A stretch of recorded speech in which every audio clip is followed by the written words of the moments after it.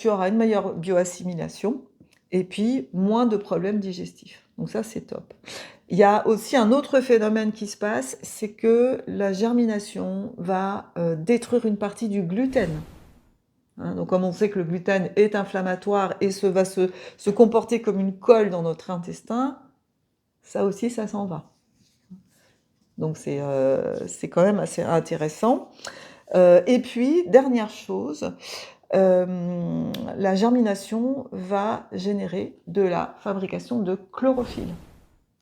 Alors la chlorophylle, elle est très intéressante parce qu'elle va assainir tout notre écosystème intestinal et elle va également participer à la détoxication.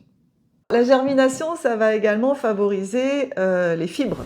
Hein, donc il y a beaucoup de fibres dans les graines germées. Et les fibres, on sait qu'elles ont trois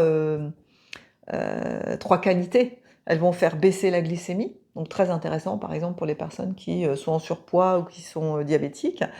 Ça va participer au péristaltisme de l'intestin, très intéressant pour les personnes qui sont constipées. Et puis ça va être excellent pour notre microbiote.